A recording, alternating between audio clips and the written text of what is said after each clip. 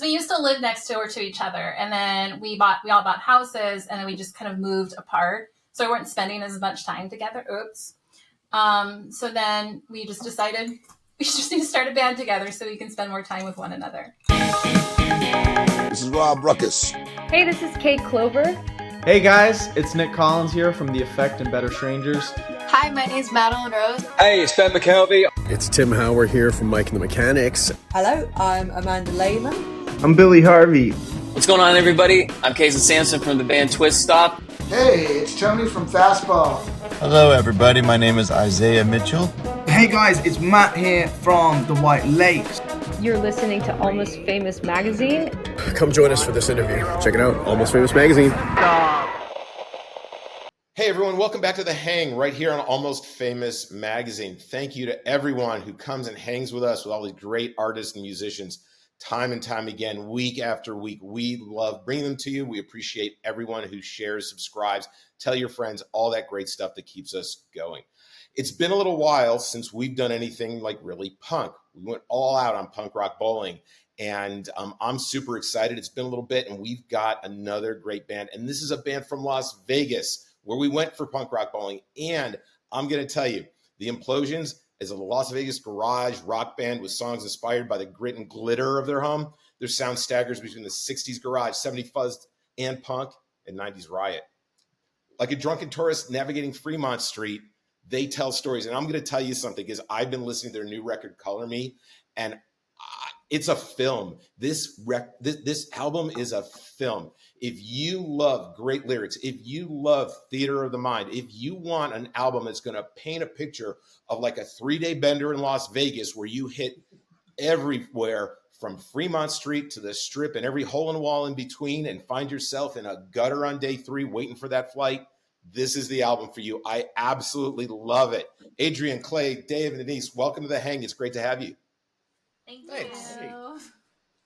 I hope I didn't blow up everybody's ego too much, but I really, really love the album. As a former filmmaker, you have painted a wonderful audio picture, and I truly appreciate it. And I know others do. I want to start where we always begin, is like the musical journey. How'd you all come together? You've got a couple of other albums out.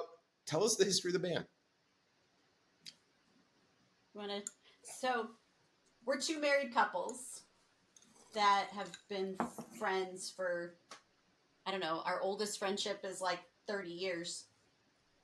So Clay and Denise are married, and Dave and I are married. And one day we were lamenting that we weren't hanging out enough while we were hanging out at the El Cortez Casino. And we decided the way to remedy that is to start a band. So. Yeah, because we used to live next door to each other, and then we all bought houses, and then we just kind of moved apart, so we weren't spending as much time together. Oops. So then we just decided we just need to start a band together so we can spend more time with one another.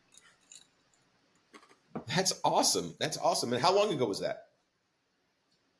How long have we been a band now? 2018? That sounds right.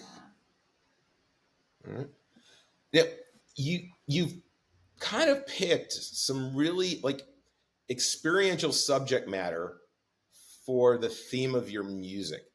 And the El Cortez is famous in Las Vegas, right? It's been there, I don't know. They poured Vegas around it almost. How did you decide that you were really going to land on a band that not only the sound, but the stylings of the stories that you tell that are so Vegas centric? I think it was an easy decision. We all love Las Vegas. In between Adrienne being a school teacher and I used to be a tour guide at the Neon Museum, it just came easy. Like, we have that knowledge, so it was easy to write those type of songs. Mm-hmm. And are you all doing the lyrics together? Like, how does that collaboration work to drive that theme? I write most of the lyrics.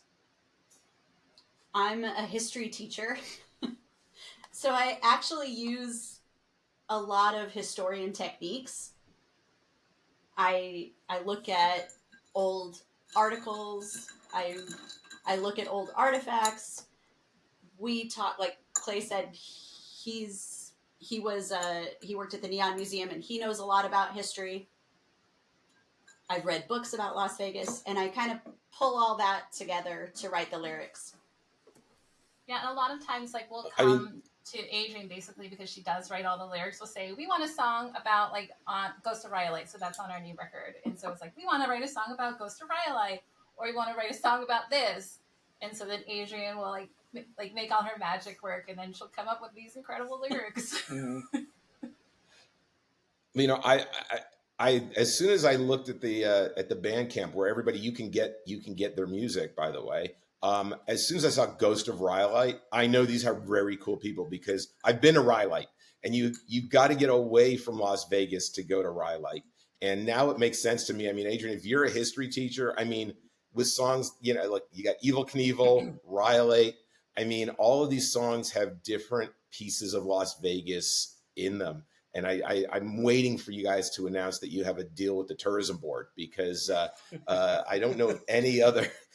Hello, Las Vegas tourism. If you're watching, you know, here are the people who are going to write the new commercials for Come to Las Vegas, for sure. Besides, you know, leaning on historical Las Vegas, the sound of the band. Like, how did you decide? What influences do you all have that you brought together to kind of create the sound that you have? It's a good one for you, Dave. For me, so we like a lot of different types of music and a lot of different bands. And when we started writing for this band, we started talking about, like, what do we want to sound like, right? And what we ended up doing is kind of going, well, we really like, I mean, we're always going to reference the Sonics first. But then we will reference, like, oh, we really like Shannon the Clams. Or there are these garage rock bands, or the Shirelles inspired a song. And so we just trying to, like, take inspiration from all of these bands and apply it to the songs individually rather than trying to hit that mark on every song. So that's, like, all these bands that we love. Our band is almost like a love letter to those styles. Mm-hmm. Well, and a lot I of can our totally sound hear it is in directly. We want this sound, and we don't have the equipment to make that sound, so Dave has to build a new pedal to make that sound. So the back of the record is highlights all of Dave's homemade pedals. Like, the only thing on his pedal board that isn't homemade is a tuner. Otherwise, everything is something he made himself for a specific sound that we want. Yeah, and also Dave does stuff like our first song on the album, Evil Knievel. He took great care to, like, make some of the songs sound like a motorcycle. Like, there's always kind of there's a lot of attention to that sort of detail. The beginning of our song Cash Out sounds like a slot machine paying off.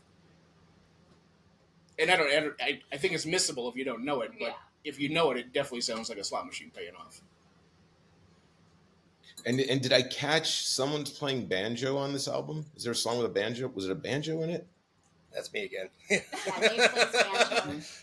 Now, did you build your own banjo, or did you actually pick up a banjo from the store? No, we do a yearly trip to New Orleans, and we of course come back in love with the music of New Orleans.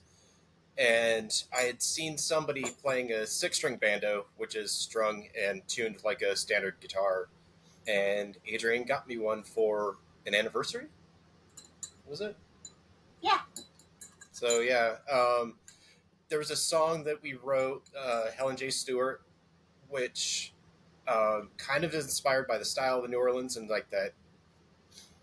And when we recorded it, I really was like, oh, this is the opportunity to use the banjo to kind of get that sitting on a porch, spinning a yarn kind of sound. Oh no, you definitely hit the mark. You definitely hit the mark for sure. Tell us that, like, you've got this new album out, Color Me Lucky. That's your 2025 album, right? I always like to ask people, if I was new to your sound, if I was new to the band and I hadn't heard you before, right? And of course, everyone drops a single or two these days, here and there, before everything comes out. But going back to your catalog, because it's, what is it, 2 other albums you have, 1 or 2? It's 1 other album. Just 1 other album. So if I was someone new to the band and I was first to listen to them, not necessarily doesn't have to be a single, but do you each have like a song that you're like, this is the one that you start with? Like, this gives you the best essence of us to get the hook to draw you in for the other songs. And then why that song? I think for me, it's probably Showgirl. It's sultry and sexy and dirty, and they both end up dancing while we're playing it, which just makes it a little cooler and funner. That would probably be the song for me. Yeah. How about you, Adrienne? I could agree with that, because it also is like the song on our other album, $1 Million Photo, which is, to me, that's the song that's the most us from our first album, Las Vegas. And Showgirl's sort of in that similar vein. But I think also, I don't know. I don't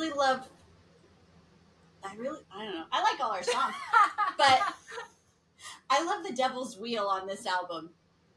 Yeah. I like the whole collective sound of it. Yeah. Denise, how about you? Oh no. I was trying to think of like which one, and so in practice today we were talking about our songs, and I do love them all, but I think Ghost of Firelight is really cool because of the howl. Like, just that howl is so cool, and like I don't know. So, but I do love them all. I don't want to cop out, but I do love them all. But I do like Ghost of Firelight a lot, and I do like Cash Out, but it's our instrumental song, so Adrienne's not in it. But it's a really fun song. She's in it a little bit. A little, yeah. Another chance to dance. I dance a lot when we play that one live. Nice. Dave, how about you? Where should people start for your perspective?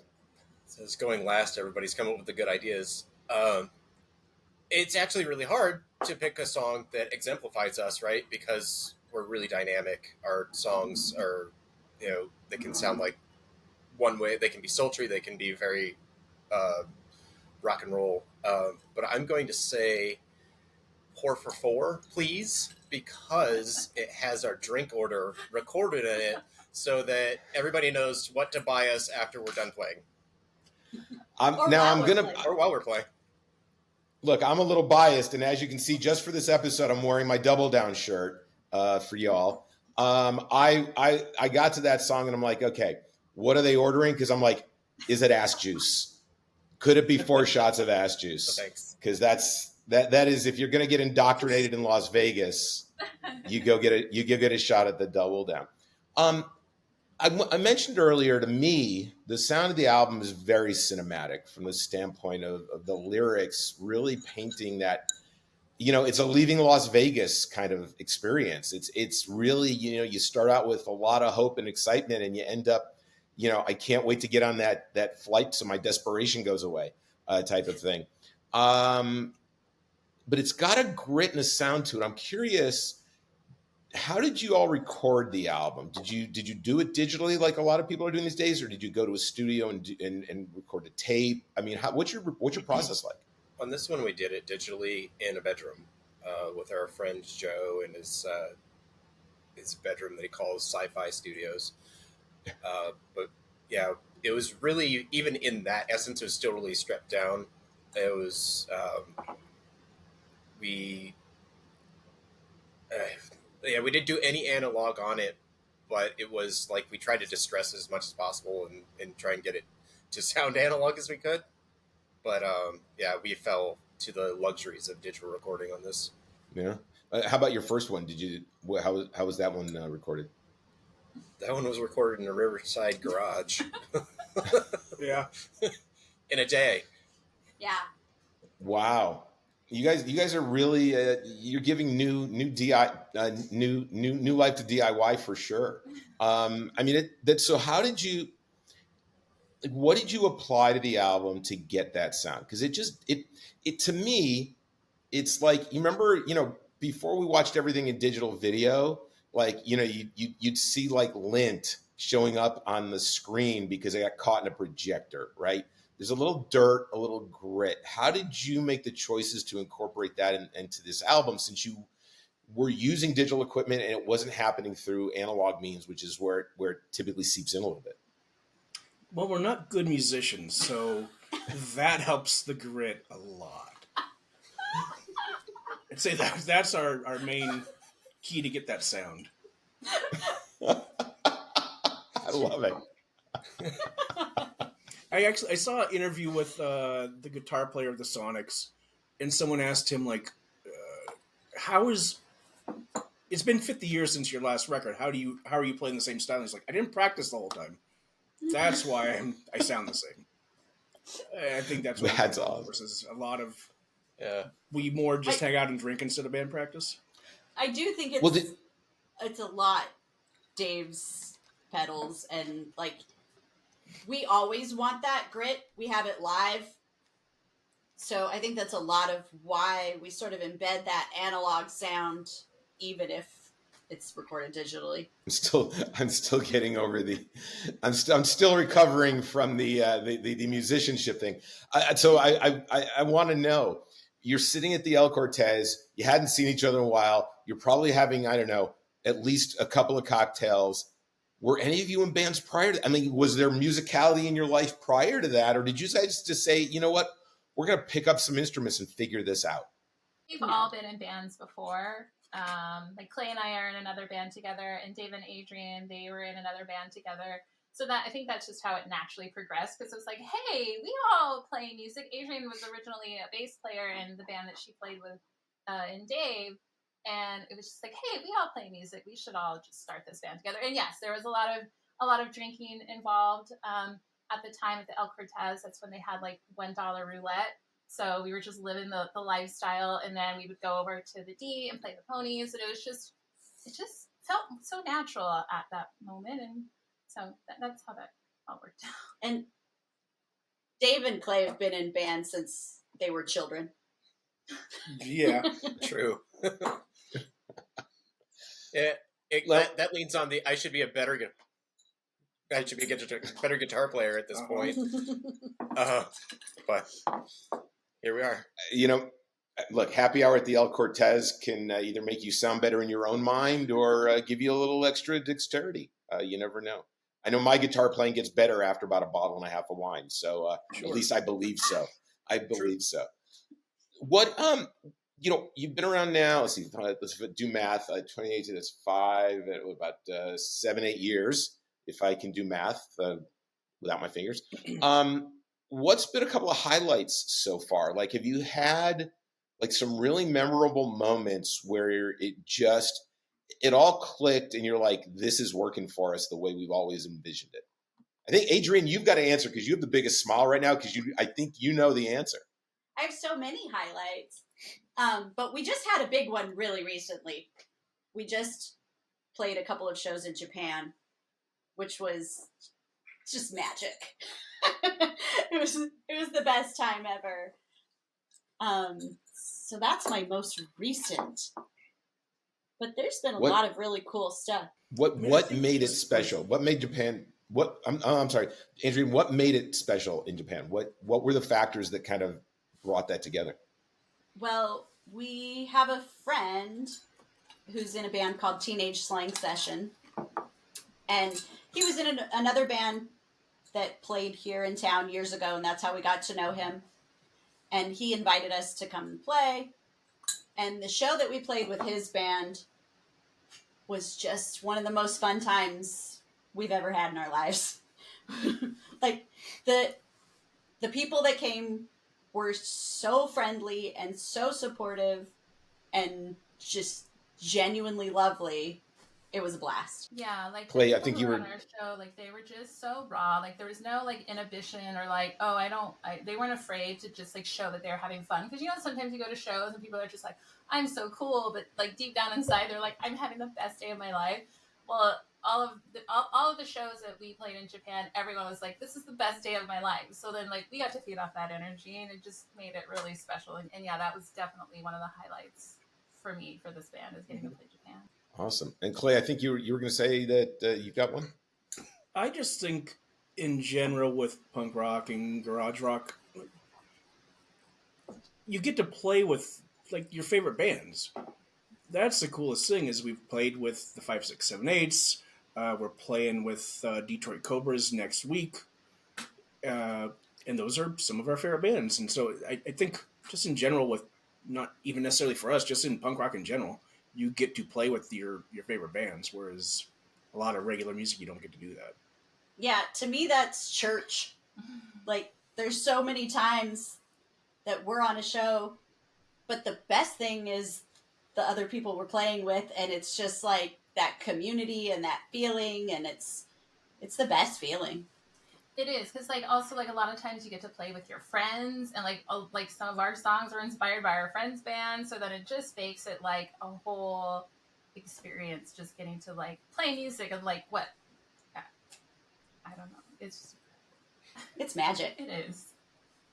Nice. So what does the rest of 2025 look for you all? Like for you all, is there going to be any touring? Do you have more shows booked? What's going to be happening for the rest of the year? Any potential for another album in the near future? I don't believe we have one new song at the moment.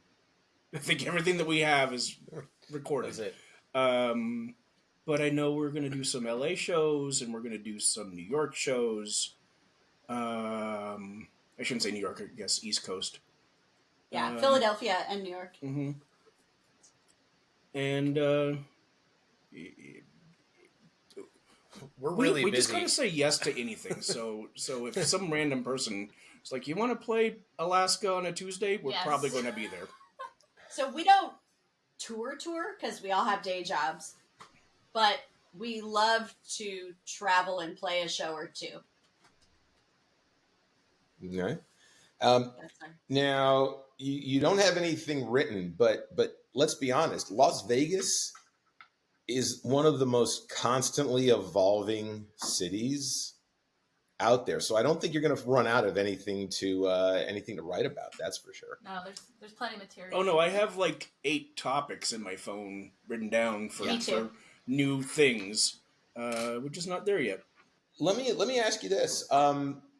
The Vegas music scene, there are so like, it's feeling to me on the outside as I look at what's going on there musically and the number of bands that are there these days, it's getting a feel of like, getting that influx of music in a way that, Austin had probably 18, 20 years ago. But it seems there are more and more bands in Vegas now than ever.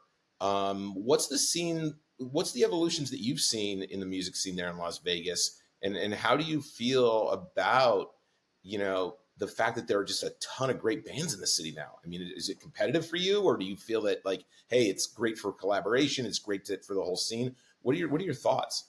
I love that we have a bunch of cool venues now, and like Grey Witch is opening soon, which I'm looking forward to. But I think we have a bunch of great bands, and a bunch of great bands without a bunch of great venues doesn't go far. So the fact that we're getting a bunch of really cool venues just is a great thing for Vegas. Any sense of competition? No. It's all camaraderie. Every band that we play with and make friends with is just actually one more opportunity. Yeah, in the community, it's more like we're trying to book shows together, and they're like, "Oh, we already have a show. We're going over there." I'm like, "Oh, right. Well, have a great show that night." And I'm sorry, I don't get to see you. It's more that than like, nah, fuck them. Well, I mean, one of the cool things that I noticed is that, on any given night, you can, you have your choice of a lot of different bands to see. And it makes it challenging. I mean, like when I'm out there for punk rock bowling, it's like, how can I be at 5 shows in one night after being at the festival all day? I mean, it's really, Thunder Band is playing on punk rock bowling weekend. Yeah. Yeah, I'm doing a double down on the Saturday. It's hard for me to stay away from the double down. You never know. You never know. Especially when was it Trombone the Clown is bartending? Mm-hmm. Is he? Yeah. I don't know. Yeah. Well, I'm still trying to get Rob Ruckus to give me the ass juice recipe, but he says you won't even find it on Reddit. So it is, but better than our government secrets, is from what I'm understanding. I think it is. It's true.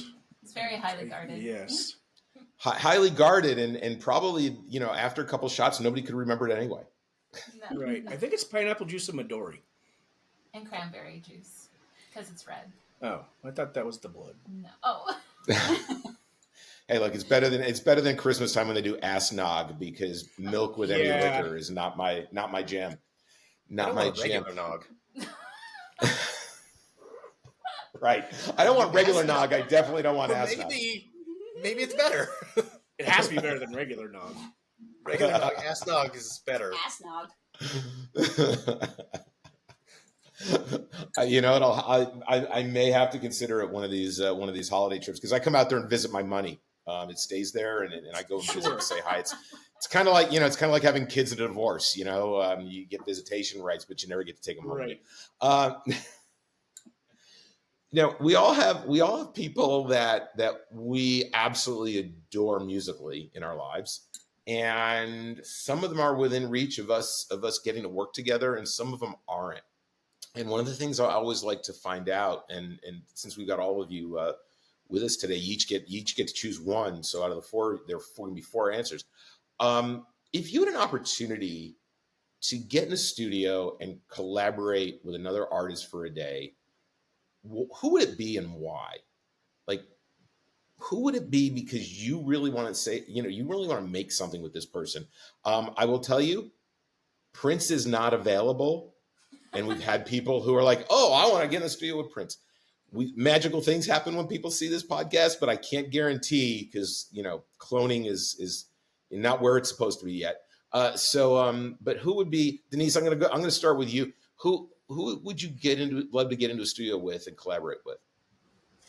So I think Dave mentioned it earlier. Like, one of our inspirations is Shannon and the Clams. Like, Shannon Shaw is like why I wanted to learn how to play bass, because on top of just being an incredible vocalist, she's an incredible bass player.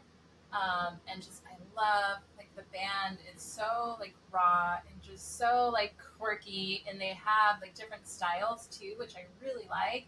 I think that we try to do that with our music too, like, have different styles. It's not just like, I don't want to say just one note, but we just have different variations, and their music has so many different variables. So it would definitely be Shannon and the Clams, without a doubt. We're going to go see them when they're here for Pucker Foley. Fabulous.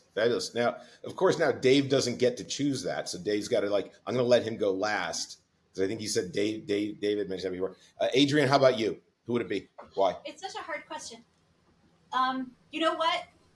I just listened to Kathleen Hanna's book, and I feel like we're friends now. So if I could do something together with Kathleen Hanna, I think that's what I would do. All right. Clay, how about you? I had no answer, but luckily I just listened to Marky Ramone's book. So I'm going to say dig up the Ramones, and I'd love to play with the Ramones. Well, what's left of the Ramones? But I don't know if you, I don't know if you've ever, have you ever heard Rob Ruckus's story about the 7-year-old who picked up a bass at the Punk Rock Museum, and around the corner comes, a Ramone who's like, what is this kid playing my music for? And the parents just lose it. Yeah. So, hey, it could happen. It could happen to you. Yeah. All right, Dave, who's yours?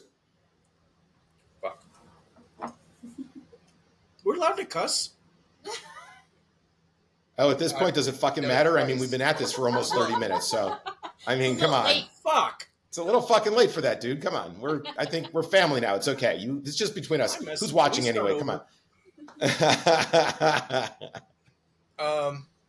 Well, I don't think I would get through any conversation without mentioning my hometown, because always. There is a group of people that make music together there. It's all centralized around this one guy that records everybody in town. His name's Matt Rendon. When I lived there and played in bands, I recorded with him a lot. But like everybody that records there in the garage rock scene, the psych rock scene, punk rock, has been recording with him.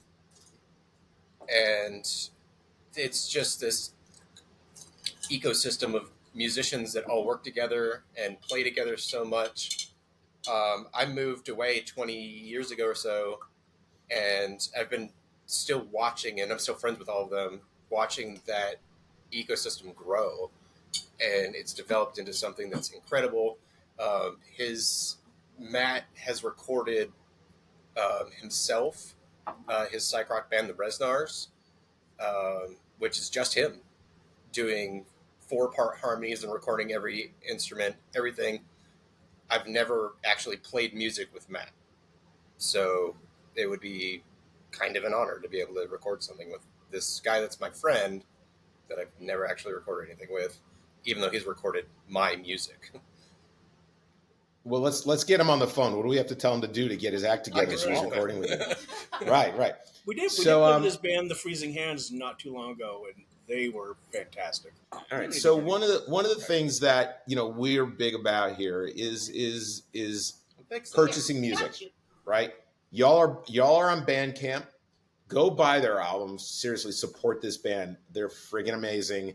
And if you love great storytelling in your music, this is absolutely music you need to own. Oh, hey, Dave's back. Hey, Dave. That's really nice of you to say all that stuff. I'm sorry? What stuff? That's really nice for you to say all what you're saying. It is. Said something nice. It's so nice to hear that people get it. like you get what we were trying to do, which is so nice.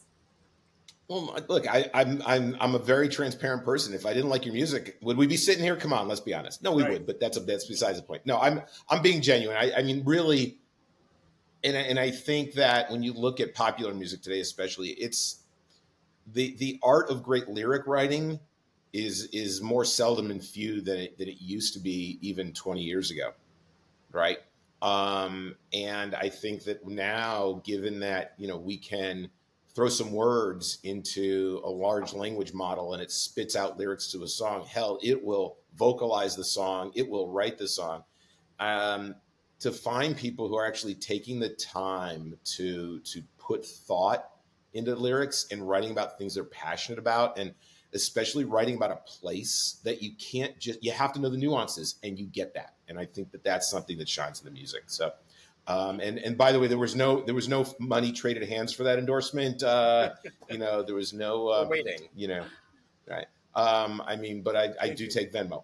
So again, go out and buy their music. Get it on Bandcamp. Anywhere it's available, you'll find all their links down below that you can locate their music. But I like to wrap things up because I think music is something that, like, you all are having cocktails. I drank too much last night, or I'd be drinking with you. But we're all sitting around having a drink. And, Dave goes, you know what? I've been listening to so-and-so lately. You've got to get into them, right? Like, let's share some of those artists that you're really digging right now. And it could be your workout, on your workout playlist. It could be your meditation music. It could be when you go out for a walk, whatever. But Dave, like, who's someone that you're really jazzed about right now that you're listening to, that you're just passionate about them, other than your own band, of course, and and who would you like sit down and go, hey, you got to hear these, try them out? So, kind of a funny thing is I actually mostly listen to like 40s big band and jazz. Kind of my Vegas tie. I've always been loved this place since before I moved here. But I'm going to loop back to the Freezing Hands from Tucson and anybody that's on the Midtown Island Records stuff, because they're all making amazing music and they continue to inspire me. Great. Denise, how about you?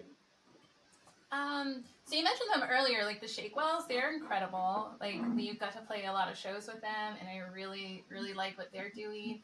So they're super cool. And then for our record release show, we played with our friends Same Sex Mary, and they were really cool. They actually just got back from Japan too. So like right now, I just like listen to a lot of my friends' bands, and like I love all of our friends' band. I think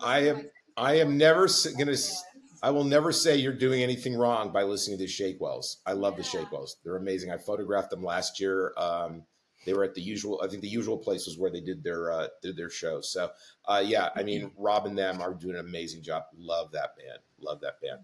Adrienne, how about you?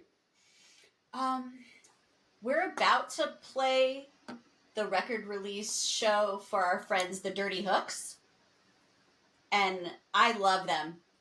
They're just like good, just rock and roll, fun time. Also, our friend Shanda from Shanda and the Howlers just released some stuff on Wild Records. That's awesome. It's amazing. So good. Yeah, like just so good. She just has this great, soulful, gravelly, growly voice that's awesome. Cool, cool. All right, Clay. We saved the best for last. What do you got for me? Well, that was a mistake.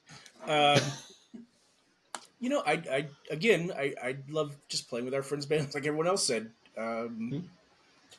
Schizophonics are an amazing band. They are the best live band in the world. I don't think anyone can argue with that. They just played a surprise show with Jack White that they didn't know about till the day of. Absolutely amazing. If they're anywhere to be in your town, you should go see them. I don't know, friends like the Hideaway we play with a lot here in Vegas. They're amazing. Ooh. Yes. Limbeck. Oh yeah, Limbeck. Our friends at Limbeck. Our friends at Limbeck. They're great. So good. I don't know. I really just enjoy playing with my friends, and even if it's a bigger band, we usually end up being friends with them after we play together. So that's my favorite thing to do is just play with our friends. Well, you know, the cool thing now is anyone who's watching, you now have like, I don't know, 6, 7 bands to book your trip to Vegas around, including the Implosions. Got to catch them. But now you've got like you understand and know the Vegas music scene, because absolutely these are great bands that you guys have brought up. And again, I'm partial to the Shakewells. We've had Rob Ruckus on a couple of times here on the Hang. He's a great dude. He's a fun hang. And he's got musical stories. You could listen to him for hours and you'll never hear the same story twice. This was great getting to know you all. I'm super stoked for you. I mean, again, this is going on my regular rotation for the albums that I'm listening to. And I'm one of those front to back kind of people. Like I don't drop in for a moment. Like once I start, I got to make it to the end. So everybody, I recommend you pick up either of their albums. Color Me Lucky is the newest one. If you are a Vegas aficionado, if you want to learn some history, you have a real history teacher writing the lyrics to your songs. Hello, that's a better education you get in most public schools at this point. So so everybody, thank you so much for hanging with us. Really appreciated getting to know you all. All the best with your success. I will probably book a trip out there when you guys play a show, so I'm going to keep looking for you. And everybody, when you go out to Las Vegas, this is definitely a band to check out. And look, if they ever play the Double Down, I'm there absolutely for sure. But they may be peeling me off the floor by the end of it. So everybody, thanks so much for hanging with us. Thank you, everyone who stuck with us throughout. This episode keeps coming back every week. Share these with your friends. We really love bringing you new artists all the time. And until next time, be well, everybody. Thank you, Scott. Cheers. Cheers.